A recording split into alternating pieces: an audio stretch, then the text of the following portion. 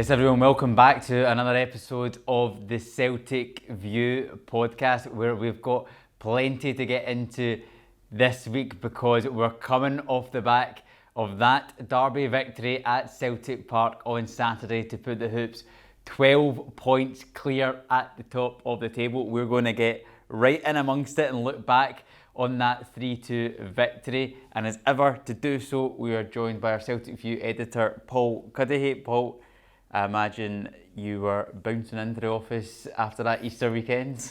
Yeah, I mean, it's probably one of my favourite 3-2 games that we didn't actually win, bizarrely enough. But no, it was great. It was great, great win.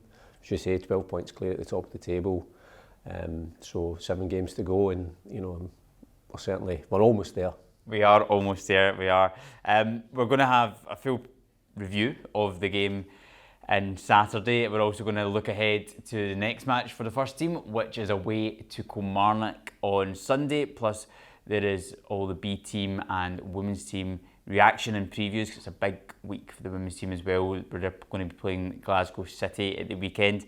And our next podcast interview is going to be with Steve Guppy. So we're going to give you a snippet of that, which is actually really interesting because he was Alistair Johnston's last coach before he came over to Celtic, when he was at Nashville, so 2 clubs before Celtic. So it's really, really interesting. But one place to start, Paul. Saturday, 3-2 at Celtic Park against Rangers. We're sitting here a few days after. How do you reflect on it at this moment in time? I think every time we spoke about it last week, any time you win a derby game, it's great, whether it's a comprehensive victory or whether the scoreline's tighter. It's always brilliant to win. We thoroughly deserved it. You know, under however you want to talk about it, we had the better possession, we had the better chances, we scored 3 goals. So, you know, it is an interesting narrative that's come out after it, but I don't think that really concerns us. I think anybody who watched the game, I think would have seen that the best team won. And, you know, I think it's a bit like, you know, there's teams that will come to Celtic Park and, you know, maybe they're anticipating a heavy defeat and it doesn't quite work out like that. So the narrative afterwards is as if they did really well, but the reality is that, you know, Celtic still won the game and still dominate, and it's just that maybe we didn't score as many goals as everybody thought. But, you know, I think it was a confident victory and thoroughly deserved. By our own high standards from what we've set throughout the season, it probably wasn't our most complete performance from what we've seen at other parts of the season. However, that doesn't mean that we played poorly, and it doesn't mean that this whole narrative, as you're mentioning, which we knew was going to be the case anyway, that, you know, one team's now closer or whatever. We weren't completely at it, but we were still by far the better team. I think when you look back at the game, the chances that we created were all through our own good football and our good movement and opening spaces, and the only chances that Rangers really had in the game were obviously score from the free kick and then maybe from a couple of little errors from ourselves. But in the piece, 3-2, we were the better team, and maybe that's not what's getting communicated now in the days after it. But when you look back at, if we go through the goals then, starting off, even that first sort of 20 minutes in the game where it was a little bit tight, we weren't really finding our passing angles as well, but we've got so many quality players in our team, and when Kyogo gets opportunities, he scores them. We've seen it since he joined the club. He seems to be getting more and more clinical, to the point that when he missed a chance the weekend before against Ross County, it's this big massive thing because you don't expect to see it that often. But I mean, just a word on Kyogo, just how good is he when he gets in those situations? Well, I mean, what's that, 5 goals in his last 3 derby games. I think, you know, when you watch him throughout the course of the 90 minutes or for however long he stays on, his movement is just incredible with or without the ball. I think he puts pressure on the opposition back line, so they're never quite sure where he is, but they know he's near. So it forces them into being a bit more rash in terms of their distribution. I think he makes so many runs and the ball doesn't come to him, but his head never goes down, he never moans, he just goes back in, makes the next run, and then when he's in and around the box, and any time you watch his goals, there's just these slight, the movements, so that he finds that wee half yard of space, and I'm not sure whether how much of that you can teach, or whether it's just something instinctive, that there's times in and around the penalty area you think, how does he know that's where he should be, or where he's going to get the ball there. I think for the first goal, Matt O'Reilly needs to take a lot of credit, because his first touch to take him just beyond the Rangers defence was exceptional. And I don't know how many assists he's had this season. I think a lot of our goals come from him, his creativity, and again maybe that goes under the radar a wee bit, but it was a wonderful, obviously to that first touch, but then also to be able to cut the ball back. And again, I think the Celtic players know we put it into those spaces and Kyogo's going to be there, but to almost like control it and spin in the one movement and score was superb. But he's just an exceptional striker. That just highlights what's worked on in training. That goal where Matt O'Reilly probably doesn't even need to get his head up. He knows exactly the position to put it, and Kyogo knows exactly the position that Matt O'Reilly is going to put it. That is something that you can train, and that's what you can practice on, and that's what the manager does, and that's why we are the dominant team in Scotland, because we get all of those little intricacies spot on in the game. People could just look at it and go, oh, he's lucky that he's put the ball in there and Kyogo's there. It's not the case at all. That is worked on every single day in training. And for Kyogo, he doesn't even look at the goal. He knows exactly where it is. He knows exactly where he's going to put the ball. He needs to get his touch right, and he knows to get out his feet and where to put it. It's just, I think it's such a brilliant goal, and it just exemplifies what's so good about us in that attacking area. Well, it's interesting, the manager, the last time we spoke to him for the Celtic View, and I was asking him about Kyogo, just as a player that he would have seen playing against him when he was over in Japan, and obviously, made a mental note of how good he was. And he said, even if you're telling your own defenders, they're aware of his danger, they know what he can do. He said even when they're coming in afterwards and they're like, there's nothing we could do, because his movement's so good. And even the goal that he scored that was offside, it was just his movement to find that space, and again it gives Alistair Johnston that option. Wonderful through ball, and again he just takes it one touch and it's already in the back of the net. And I think even if defenders know he's the danger man, but his movement is such that it's so difficult, because if you try and follow him, then you're just leaving space for someone else to come into.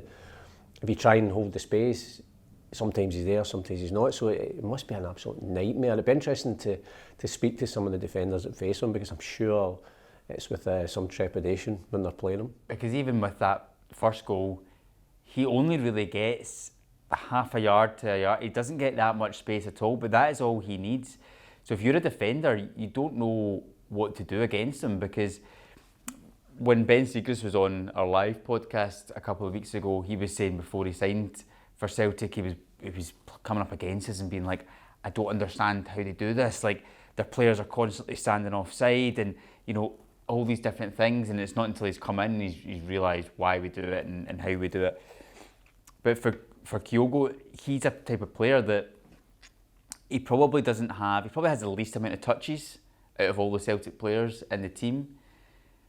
But he knows that he's just going to get that one chance and that half a yard, and that's all he needs. Where you see some strikers probably around Europe that they might play that way, and they start then coming deeper, trying to search for the ball, trying to get involved. He trusts himself and he trusts his teammates that they're always going to find him in that one moment, and it's up to him to make the difference, and he does it.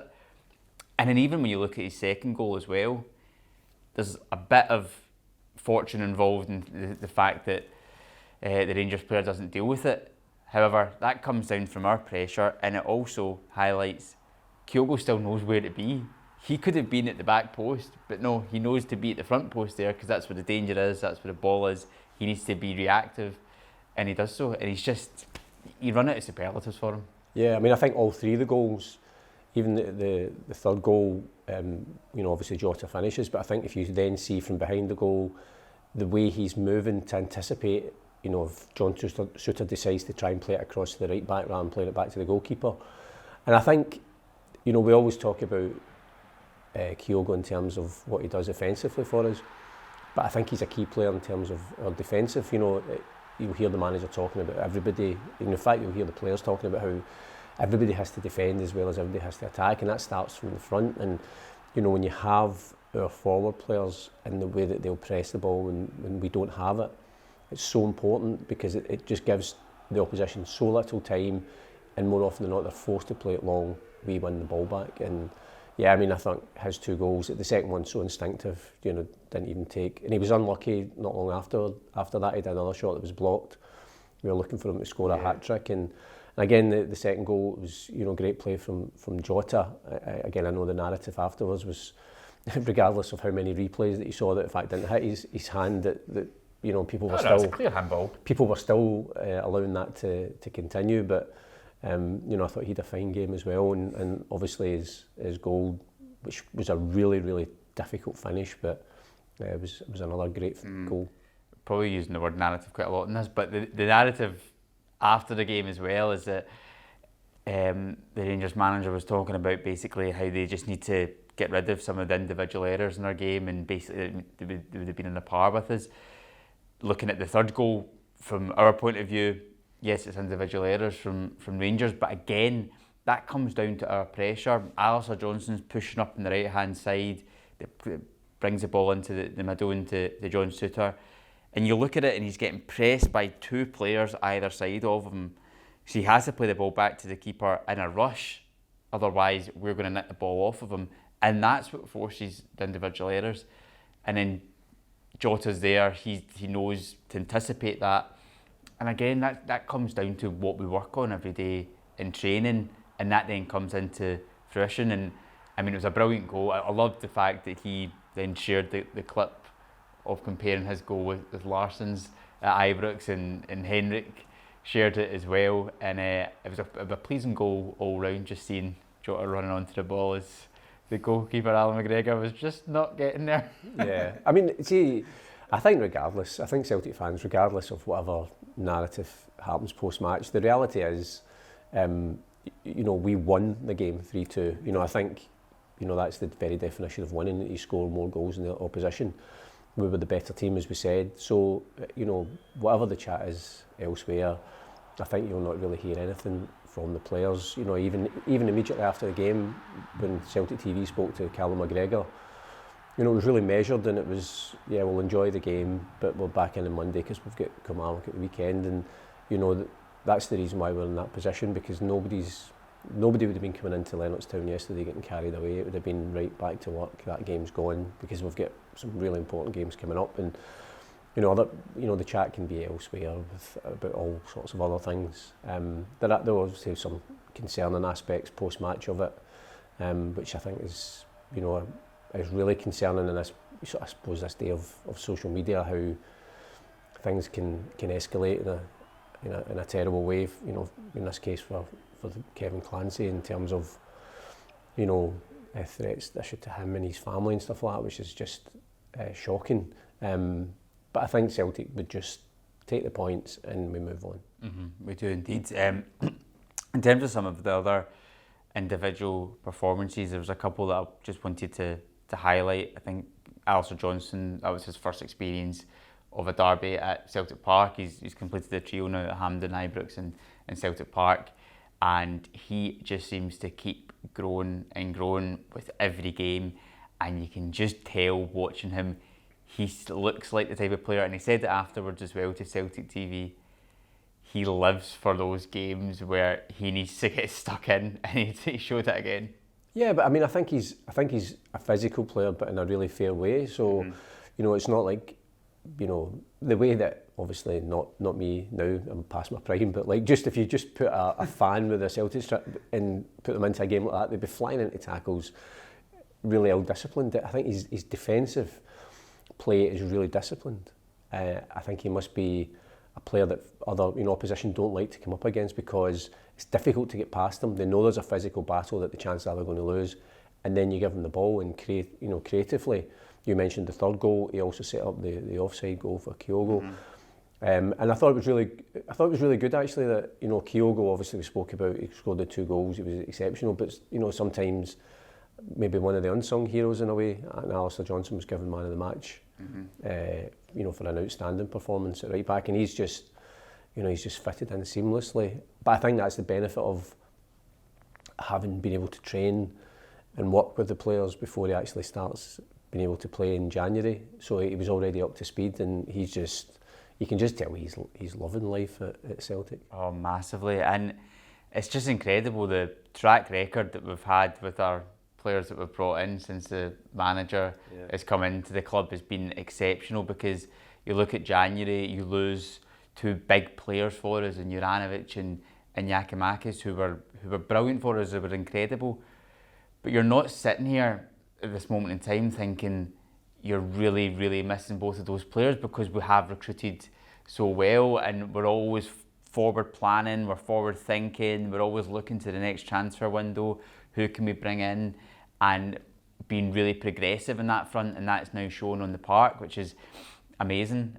It's also worth saying that, you know, Alistair Johnston was also fouled. You know, people might think it's a soft foul, but, you know, you look at it again, there's a kind of tug in the jersey and a push. Now, whether it's a hard push or a soft push, still a push. Mm-hmm. So that the referee makes that judgment call. And as I say, I think the reaction to that has been, to say it's been out of proportion, I think is an understatement. Yeah, I mean, if you're looking at it, and one thing I think that what VAR has done is we start looking at things in slow motion and freeze frames, which I don't really enjoy as much, because football's not played like that. However, when you do look at that clip and you do slow it down, you can see Morelos has his arms bent, two hands on, which then extend fully and lock out, which Alistair Johnston then goes over. So to say it's not a push and it's definitely not a foul, I mean, the referee's made the call there and then,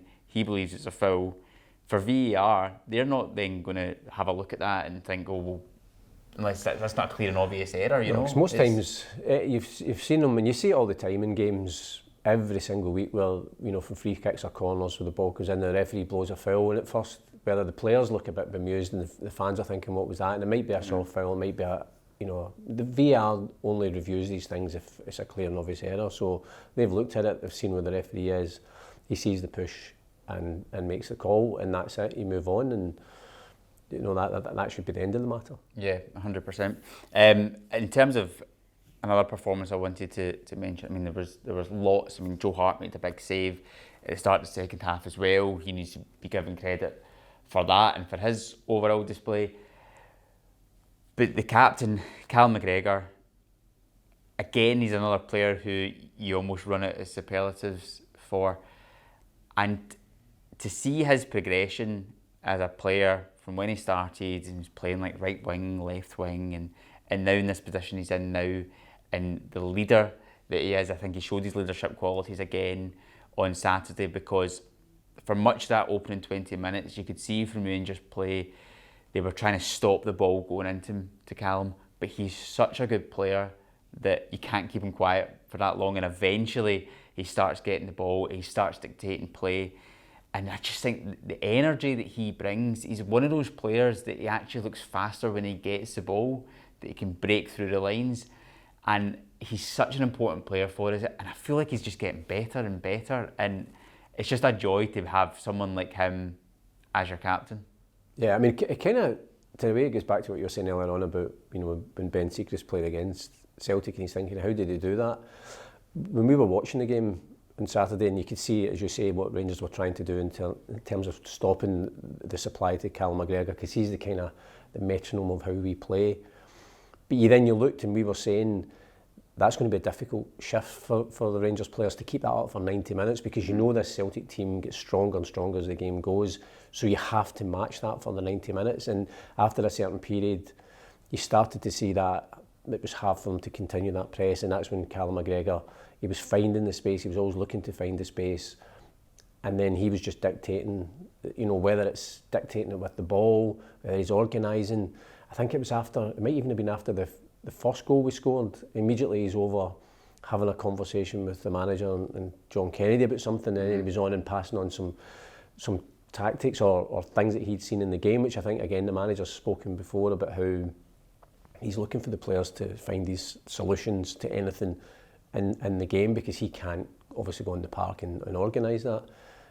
he also relishes the physical side of things. If there was one point in the second half where I think about 3 Rangers players, he won the ball against the 3 of them, and those, I think afterwards, John Ledwith had said to him that was his kind of Brownie moment, as we've seen him relishing that. So he has everything, and he's such a key player. But again, never gets carried away, and immediately after the game brings everything back down to earth and say, right, we've won that game, but right, Kilmarnock now. Yeah, it does allow us to get a bit carried away though, doesn't it? Because we are now 12 points clear with 7 games left to go. So, it's obviously not won yet, and that's the message that's coming from inside the camp and the first team and the manager afterwards as well. Enjoyed his interview with the BBC after the game, where they asked him, is that it done? He said, well, I'm not sitting here with a trophy, am I? So, but from our point of view, we can kind of start looking at it and start enjoying what's to come for the rest of this season.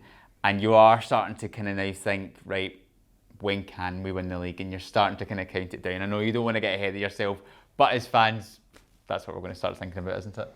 Yeah, I mean, it was such an important game because obviously if we hadn't won it at the weekend, then suddenly it's 6 points with 7 games to go. We've still got to go to Ibrox, and then they'd be kind of thinking that, will we hold our nerve? But I don't think there's ever any doubt that we will. It's a really, for a team, when you think of we've won every single game that we've played at home this season. St Mirren are the only team that have taken 3 points off us domestically this season. So if you're the chasing, well, not the chasing pack, if you're Rangers and you're looking for any slip up, you can't see it because whoever we're playing, and it's partly to get back again to that whole thing about just focusing on the next game. It's that approach that has the players are the players won't be allowed to look forward to say when can we win it, because that's the surest way to take your eye off the ball. And I think because of the strength of the squad as well, I think the players know that they have to just stay in the moment, because otherwise somebody will be taking their place. So yeah, we are in a really, really strong position, and as I say, as fans we can start to look ahead. But I think the thing is, because of the way the split works, until the final top 6 positions are kind of sealed and set, then we don't know who we're playing, when we're playing, and if we're playing home and away. So which will be interesting as well. But yeah, I mean, to be 12 points clear with 7 games to go is brilliant. It's incredible. We've played 31 games. I think we've got 88 points. We only dropped 5 points this season. That is the most points that any team has ever achieved up until this point. As you mentioned, we're undefeated. We've won every game at home, haven't we? Yeah. Won every game at home. This team could go on and get 109 points this season. Whether we get that or whether we don't get that, it's going to be over the 100-point mark, you would think. I mean, this team could go on and break records, and if they do that, well, maybe they don't even have to do that. This team, I think, when we look back on it in years to come, it's going to sit up there in that sort of pantheon of modern great Celtic teams, in my opinion. Yeah, and I think one of the key things to that is the fact it's not just the fact that we're so dominant, because there has been other seasons we've dominated.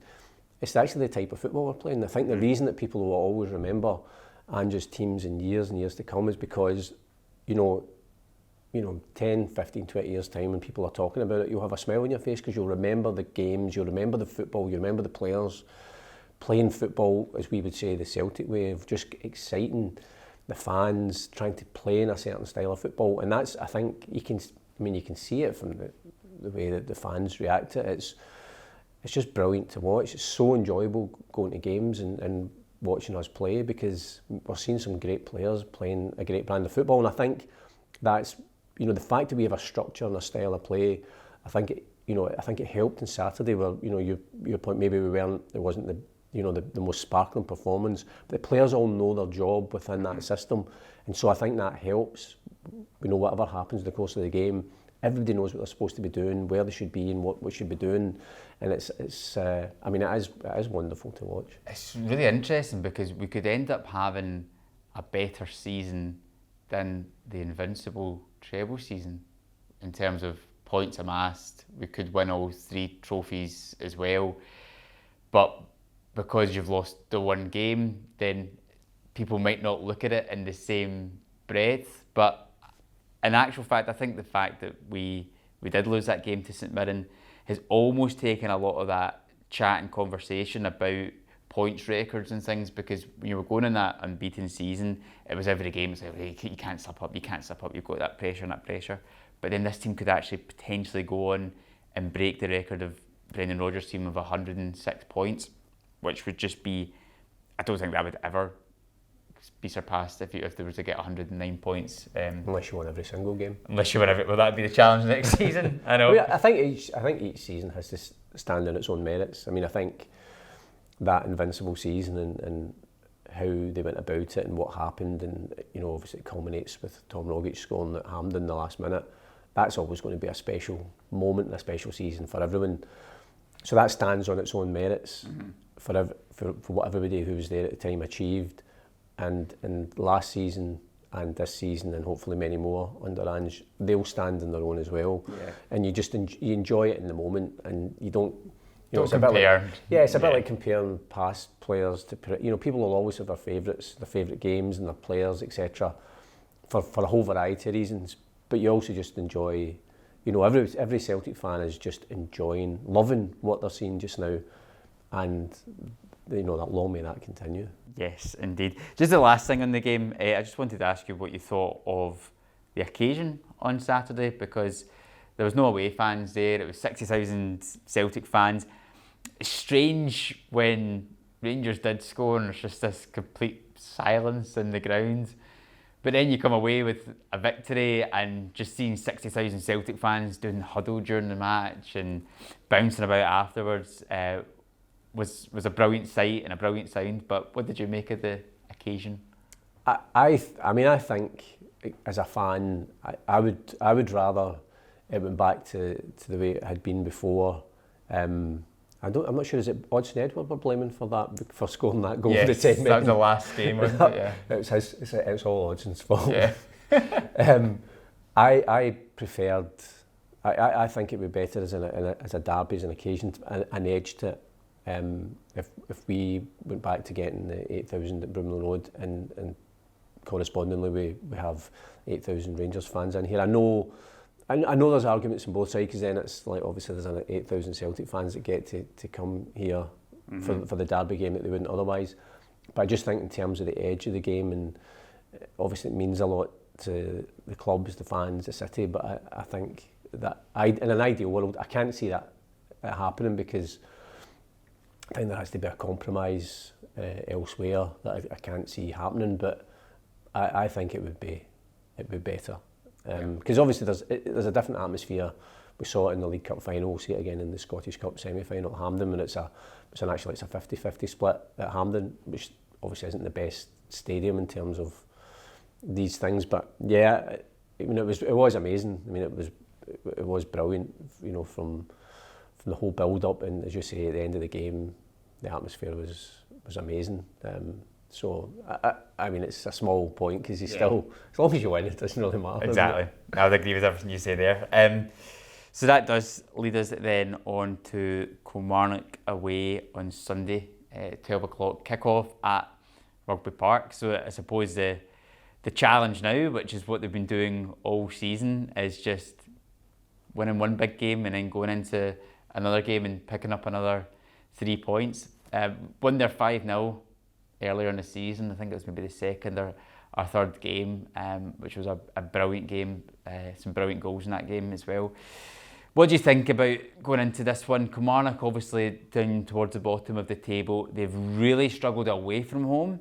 However, their home form is what has given them a chance of staying up this season. So they'll probably be looking at this game as much as it's against us and thinking, we're at home, we might need to try and get something if we're going to stay in this league.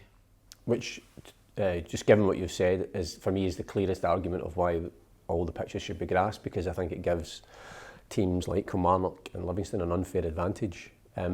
Not necessarily against the better teams likes of us.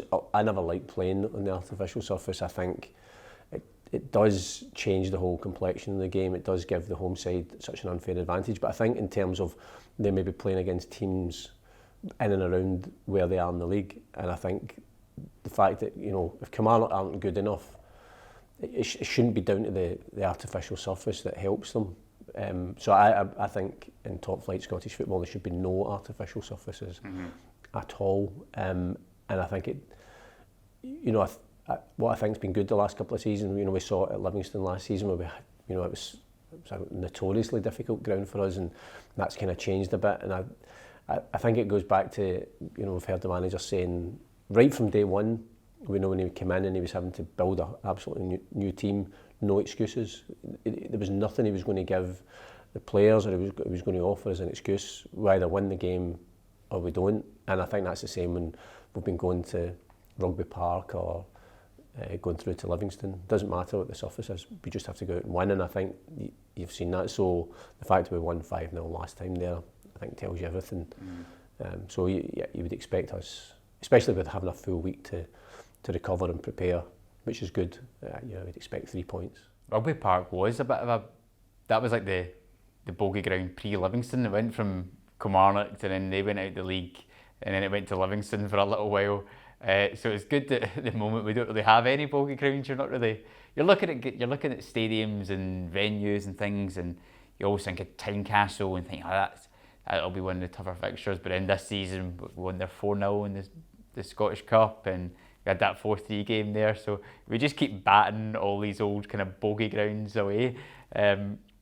Rugby Park as a venue, have you got any decent memories of games there? The one that really springs to mind for me is the game where we won 6-0 to win the league title in 2012, Neil Lennon's first league title, where we had 3 stands full of Celtic fans who played brilliant football on that day as well. I remember being at that game, and that was an amazing experience. But does anything come to mind for you? Probably there was the one where Tom Rogic scored the wonder goal, just as a moment of absolute beauty, and only somebody like Tom Rogic could score a goal like that. Was it 2007 when Naka scored the free kick with almost the last kick of the ball? And I think John Kennedy might have played in that game, but certainly, you know, that was quite emotional when he'd come back, and, you know, after doing the lap of honour after the game, and again just a moment of Nakamura magic. You know, obviously he got caught up in the moment, taking his top off and everything. So yeah, that was special. He always scored against Kilmarnock. He always scored at Rugby Park as well, and it was always free kicks every single time. I think if you look back in all of his free kick goals for Celtic, probably the majority of them are at Rugby Park. I think it was like Alan Coombe who was a goalkeeper as well. I remember John Hartson, I think, might have made his debut there, and there was a moment, I can't remember if he might have come on as a sub. I just remember there was a moment down at the corner flag, and the Kilmarnock player, I don't know if he was trying to shepherd the ball out of play, and he was just right in front of the Celtic fans, and John Hartson came in and just took him out. And I don't know if that was just his way of like trying to ingrace himself with the fans, and you're looking at it going, I think he'd get booked for it, but setting the tone. Yeah. And then obviously the 110 goals he scored for us after that was pretty decent. Not bad, yeah. Well, we'll get predictions then a little bit later on for that game, for the game against Kilmarnock away on Sunday. We're going to come back and have a full rundown on the B team and the women's team. But first of all, we're going to give you a little snippet of our next Celtic View podcast interview, which is with our former winger, Steve Guppy, who played alongside John Hartson in that team with Martin O'Neill. It's a really interesting chat looking back on his time at Celtic, but also interesting because of his connection with Alistair Johnston, because it's there that Steve Guppy is a coach at Nashville, and that's where Alistair Johnston once played his football. So he's got some good stories of working alongside him, and we're going to give you a little bit of that just now. I mentioned there, Steve, that you're now over in Nashville. I think that's a good place to start, just to let Celtic fans know what it is that you're doing nowadays. Yes, no, I mean, as a coach now, it's funny, you never know where this game's going to take you. It's funny, the last, 10, 12 years odd, I've found myself working in America and the States for a number of different teams. And 3 years ago, I was invited to come and join the staff at Nashville FC with a new club coming into the MLS. And I have to say, it's gone incredibly well. And here we are, all of a sudden going into our fourth season together. So, it's been a great journey so far. Very exciting to be part of that early project of a new club. And what's very exciting for us to have you on is it gives us a chance to talk about one Alistair Johnston, who you know all too well. Tell us a little bit about your relationship with Alistair. Yeah, I mean, Alistair's obviously done incredibly well for himself, and I'm really, really happy for him because he's actually a really nice lad and a good pro, which is, I guess, the most important thing. We drafted him in the college, as they do over here in the US. This college draft thing is fairly important. And of course, because we were a new franchise, we were quite high up in the draft picks. So, there was a lot of research went into looking to get the best players out of college. And in Alistair, we managed to do that. So that was pretty cool. But just to talk about him, there was a lad who came in, and often these college players take a little bit of while to adapt. It's a big jump up, obviously, from college to MLS. But, he had a bit of luck on his side where the couple of right backs who were more senior than him, fell out of favour or injuries for a number of different reasons. And he got put in the firing line, as it were. And he took to it incredibly well. Very quick learner, very hardworking.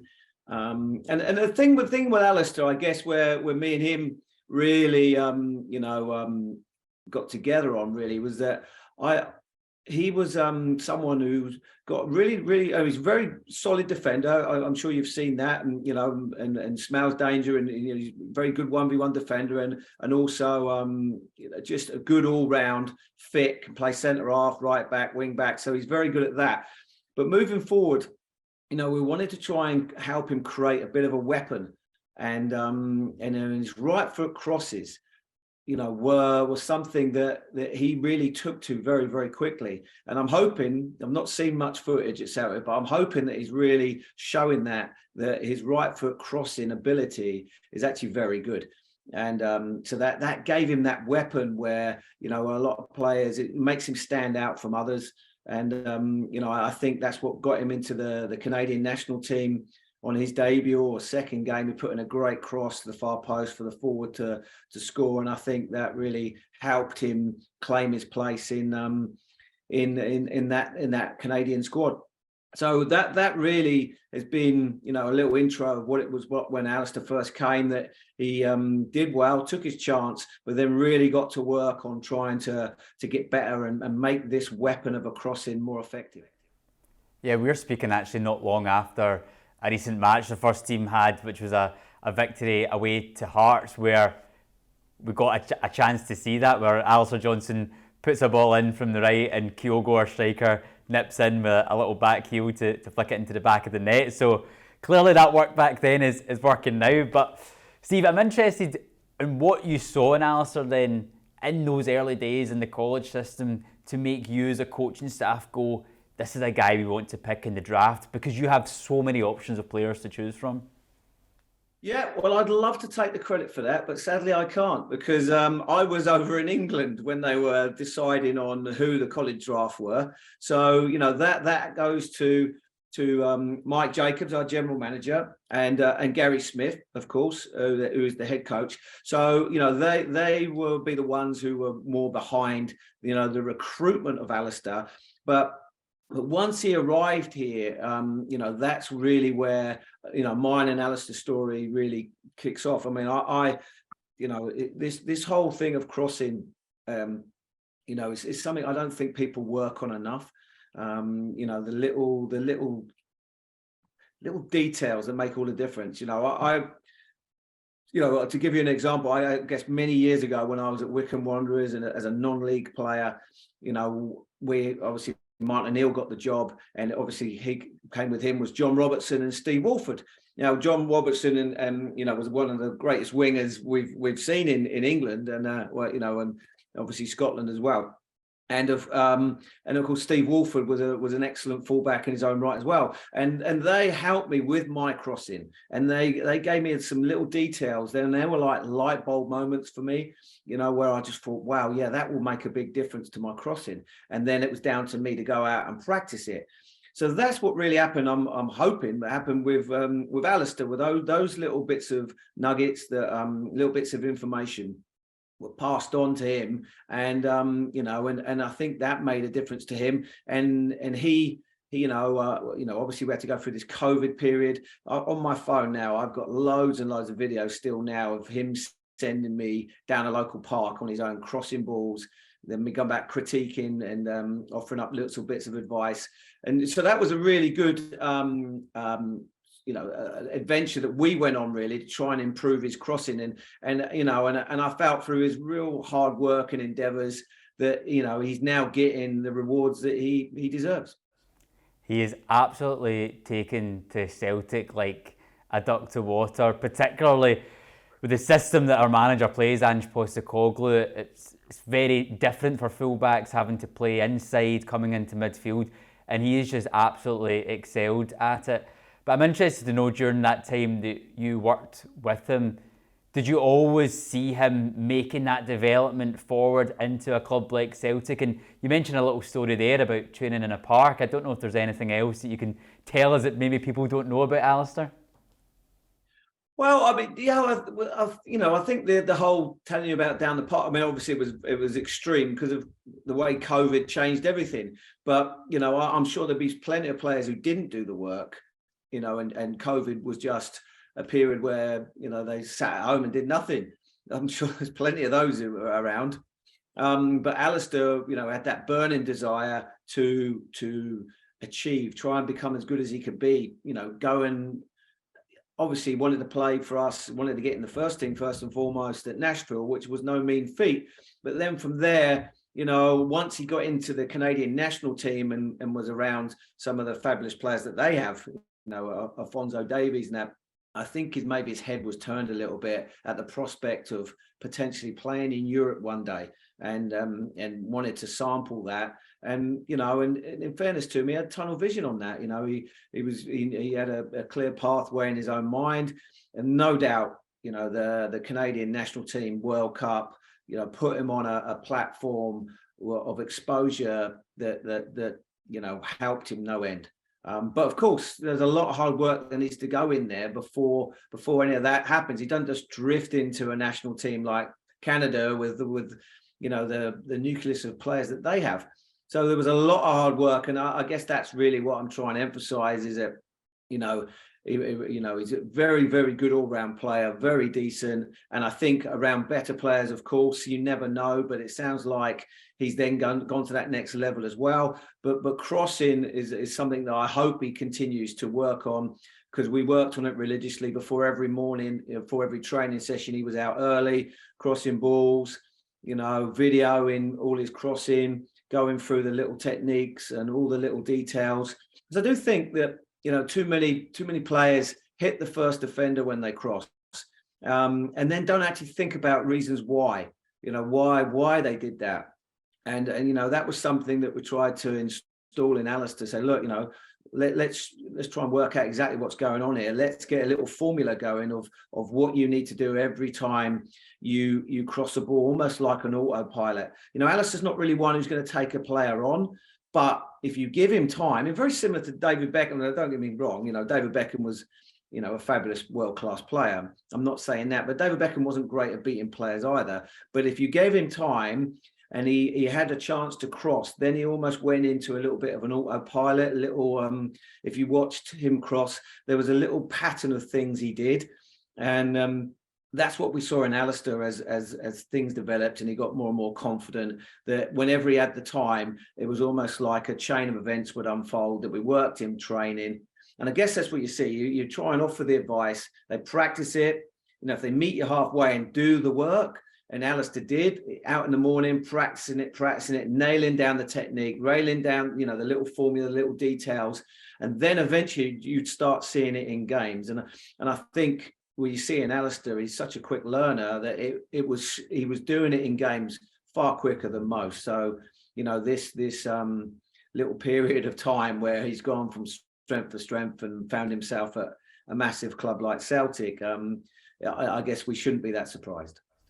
Superb, yeah. And now, Steve, we need to get into your career, but just before we do, just the last one on Alistair. Are you two still in contact with one another? Are you sharing Celtic stories between each other?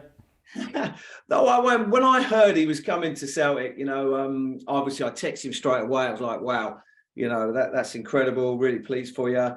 And he actually texted back, said, yeah, I'm here. I'm watching the game. So I got wind of it fairly late, but I left him alone. He's obviously loads going on, and I'm sure he don't want to hear from me too much. But every now and then I reach out to him and congratulate him, or you know, I'll have to have a little look at some of his crosses just to make sure he's still got the action right. Otherwise, I'll be giving him some stick. But no, I'm really, really pleased for him. He's actually a really great lad, and his family is as well. I used to speak to his dad fairly regularly, and you know, great people. They must be thrilled. Yeah, always good to hear from another former Celtic player about their time at the club and how much they enjoyed it. And it's really interesting to hear his thoughts on Alistair Johnston there. It's someone, the two of them got on really well, Paul, when they worked together, and he had a lot of really nice remarks about Alistair, a lot of really interesting stories as well, which you would have heard there, talking about basically just how much Alistair Johnston has worked for the position he's in at this moment in time, talking about how during COVID and lockdowns where people were stuck inside and not getting to go out to train too much, but Johnston was always, didn't matter where he was like out in public parks, and he was asking Steve Guppy, he was basically talking about how he's learned a lot of his crossings from Steve Guppy because he was a brilliant crosser of the ball, and we're seeing a lot of that now at Celtic, and it's through his own work and getting out and not mattering what is in front of him, putting in so much work for it. So always good to hear from Steve. And yeah, he's a player that's for Celtic obviously didn't probably achieve everything he wanted to in terms of his own individual accolades, but he was an important player in an important team. He had an important role, didn't he? Yeah, and I think if you look back at that team, I mean, it was so hard for anyone to get in. If he was wanting on that left side, he had to displace Alan Thompson more often than not, who, you know, had a brilliant period of time in his career with us there. So, but I think he was a player that obviously Martin had only known from Leicester, so he trusted him as well. And then subsequently, I think he was part of the Ireland coaching setup with Roy Keane and Martin O'Neill. But I think that, we were saying about Alistair Johnston and working with Steve Guppy, I think it's worth always remembering that all the guys who have got to this level at Celtic and what they're achieving in their career in terms of success, etc., that never comes overnight. That behind that there's years and years and years of hard work, ups and downs, and just having the right mentality to keep working hard, and regardless of any setbacks, to get to where you want to be. And I think it's when you hear that, that's when you kind of appreciate just how much these guys have put in and what they've sacrificed in order to be living the dream. Mm-hmm. Yeah, definitely. Let's look ahead now to the women's team's game this weekend. They are just in the back of an international break, so they didn't have a game in the weekend there, but this weekend it's a massive one, isn't it? Playing Glasgow City. We currently sit second in the league. We're 8 points behind Glasgow City. So you probably are looking at this one, Paul, and thinking if we want to win the league, this is a game we're probably going to have to get 3 points in. Yeah, and I think, I'm sure Fran Alonso and the team will be well aware of that. I think the games against Glasgow City have been really tight, and they've kind of come down in favour of City this season. But, I think if we can reduce the gap to 5 points, and I think there's still maybe 8 games maybe. Yeah, that's right. After that, then and we've still got to play them again, and there's other big games. They've got to play Rangers a couple of times. Then that puts a wee bit of pressure on them. I think if they were to go 11 points clear, then it it relaxes them a wee bit, because then they've been over the course many times before, that they'll probably think, right, we can see this one out. So a massive game, and we've seen from this Celtic team that they are capable of beating Glasgow City, and they're capable of rising to the occasion, and it's just a massive game. And obviously we've got City in the semi-final of the Scottish Cup at Hampden coming up as well, which I think we can just set aside. That's going to be an amazing occasion for the team as well. But if we could get the 3 points in Sunday, that would be a massive result. It's massive in the hunt for the league title, but also, even if we don't manage to win the league this season, it's still really important to finish in second place, because with that you get the chance to then go into the Champions League next season, which we didn't have this year because we finished third in the last campaign. So if we can get 3 points here, that would be huge, because Rangers are still going to have to play Glasgow City another 2 times, I think. I don't think they've played each other in a split yet, so there's definitely going to be points dropped by one of those teams on 2 occasions, so it's going to be massive. And as you said, it then leads up to a really big week the following week as well, because we play Hearts away and then we play Glasgow City in the Cup as well. So if you could get one over Glasgow City on Sunday, then that might just help the team for that big week. Yeah, and I mean, I think Rangers will be looking at that game this weekend. I think that they've already admitted the league's beyond them, so they'll be hoping that Glasgow City can do them a favour and it reduces the gap, because as you say, if the teams can't win, they want to get in those top 2 positions for Europe. As I say, I think the Cup game just stands alone for a whole variety of reasons. You know, there's maybe a wee edge because Glasgow City, we beat them in the final with 10 players, 3-2 after extra time last season at Tynecastle, but the fact is the game's going to be at Hampden for the first time, which is a big step forward in terms of the women's game and the profile of the women's football in Scotland. So both teams will be looking forward to the occasion. You know, hopefully there's a really good crowd there as well. But you know, maybe just in the back of our players' heads, if we can get the victory next weekend, then we're thinking, right, well, let's go and do it again. Yeah, that's going to be really exciting, I imagine. We'll touch on that more next week, but the chance to play a semi-final at Hampden Park, and then if you get the chance to play in the final again at Hampden, probably really important, you would say, or in my opinion anyway, important for the women's game in general, that we're giving the women that equal access to the way that the men do, and that opportunity that when you get to a semi-final of the Scottish Cup, you know you're going to be playing at the National Stadium and at Hampden Park, and allowing them the opportunity to get more experience of playing there, because there'll be players in the Celtic team that have ambitions of them going on to play for Scotland, and to get more familiarity with the stadium will help in that, hopefully, in the future. So yeah, that will be an exciting week, but one we'll probably touch upon next week, and hopefully do so in the back of a victory against Glasgow City. For the B team, they were in action at the weekend, and they got a 1-0 win against away to Caledonian Braves. Adam Brooks got the goal. They bounced back from a draw against Dalbeattie Star in the midweek following. And this week they're playing East Stirlingshire, which is their last game in the Lowland League. It's mad to think that. Obviously they've played the amount of games, but it's just weird to see a season finish so early. Yeah, I think obviously because the other 2 seasons are continuing to go. It was interesting the post-match comments of Steve McManus after that game at the weekend, that the previous midweek, I think we'd been beaten Dalbeattie Star 2-0 and controlling. Then it was a kind of 10-minute period where they scored twice, and he said it was as disappointing, I think, as they'd felt all season in terms of, you know, the position they were in the game, and, you know, letting that 2-goal lead slip. And again, as part of it, we spoke about it plenty of times of this season. You know, there's so many different objectives for the young players, but one of them, I think, that the coaches are always looking is that how do they respond to setbacks, and I think that's what he was, you know, both Stephen and Darren were looking for, was that response. I think we missed a penalty before we scored the penalty as well, and, you know, deserved to win. So I think they were pleased the fact that, you know, we returned to winning ways. It was important for the players, but strange, as you say, that the season's coming to an end.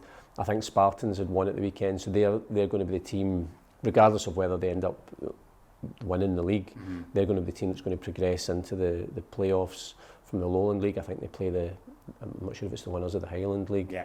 So, it's a big step for them. We saw Borehrig Rose progressing from the Lowland League into League Two last season. But, it's a young Celtic side. They've done really well this season.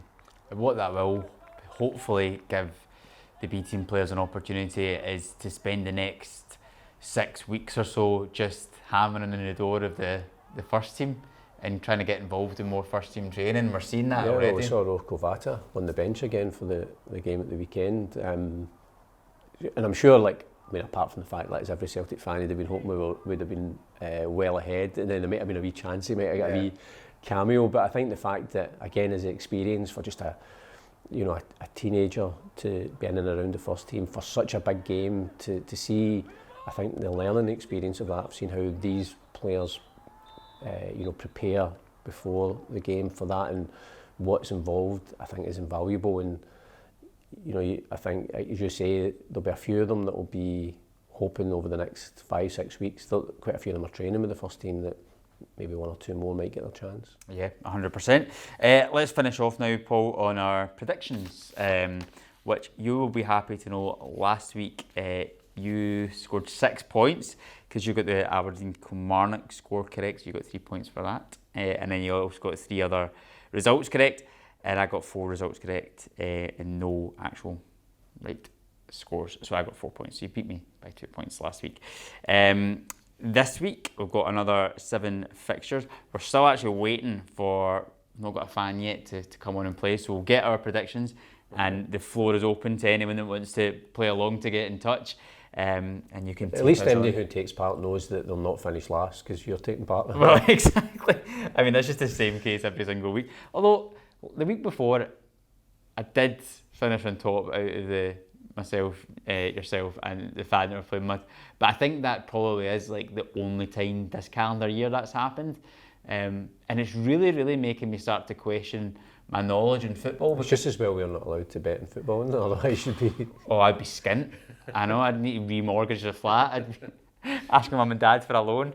I thought I had I came into it thinking I had a half decent knowledge of football. I could tell you about a lot of stuff. You might do. I might just be better at guessing than you. Yeah, I don't know, but I've lost all faith in myself anyway. Let's run through these 7 fixtures then.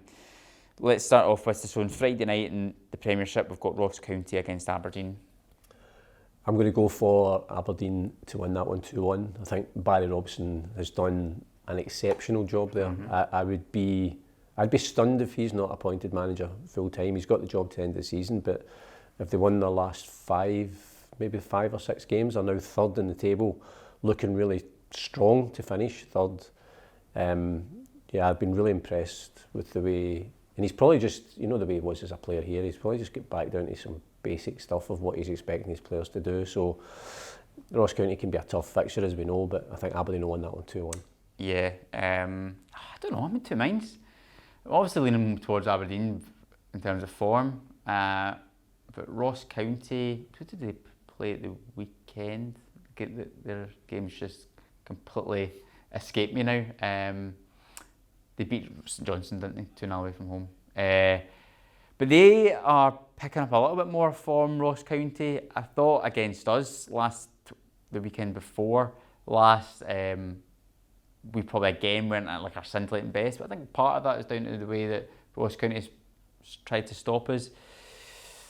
So I will go for a draw. I'll go for 1 each in that one. Travelling up to Dingwall on a Friday night, maybe I might just take it out of Aberdeen a wee bit, but we'll see. Saturday lunchtime, it's the Edinburgh derby, Hibs against Hearts. I know it's hard to know how Hearts are going to respond to Robbie Neilson having been sacked, Stephen Naismith coming in, and they do have generally a decent record in the Edinburgh derby. Hibs lost at the weekend against Dundee United, so 2 defeats in a row. They lost at Motherwell at home the weekend before as well. Hibs. I'm going to go for 2 each, actually, I think, just because it's at Easter Road. Okay. I'm going to go for a Hibs victory in that one. I think they might just win it 1-0 there. I don't know. I mean, it's a game that's, it's exciting because it's a derby, but in terms of the way that both teams are playing at the moment and the form that both of them are in, you're not really looking at it and going, oh, that's going to be a real ding-dong, but I don't know. I'll go Hibs 1-0 with that one. I don't think I'll be tuning in though by the side of things the way I'm talking about it. It certainly doesn't look as if you're that interested in it. No.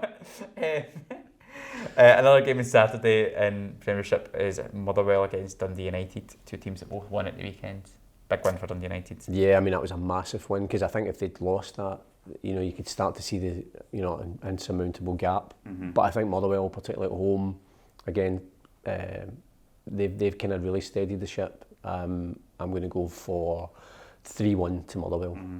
Van Veen's firing. I think he scored 22 goals this season. He's a good striker. He's always been a good striker for Motherwell. Actually, I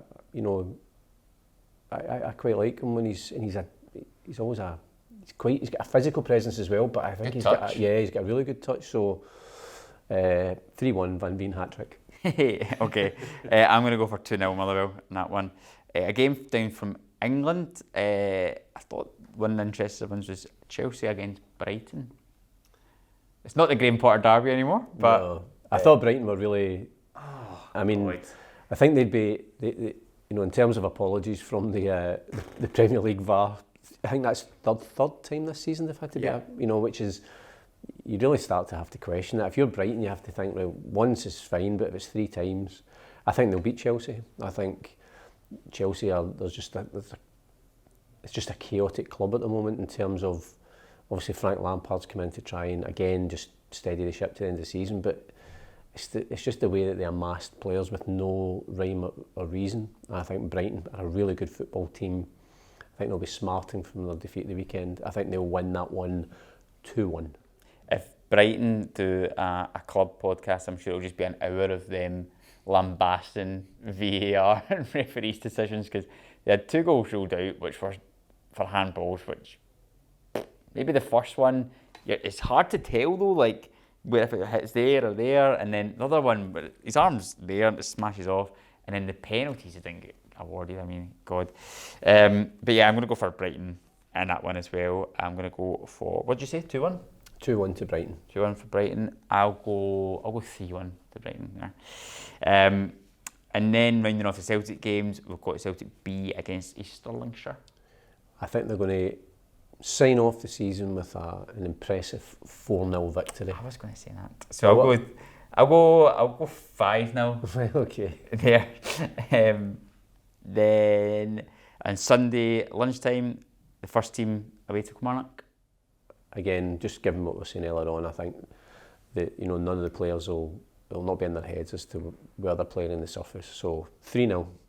I'm going to go for 2-0 there. And then last but not least is Glasgow City against Celtic Women.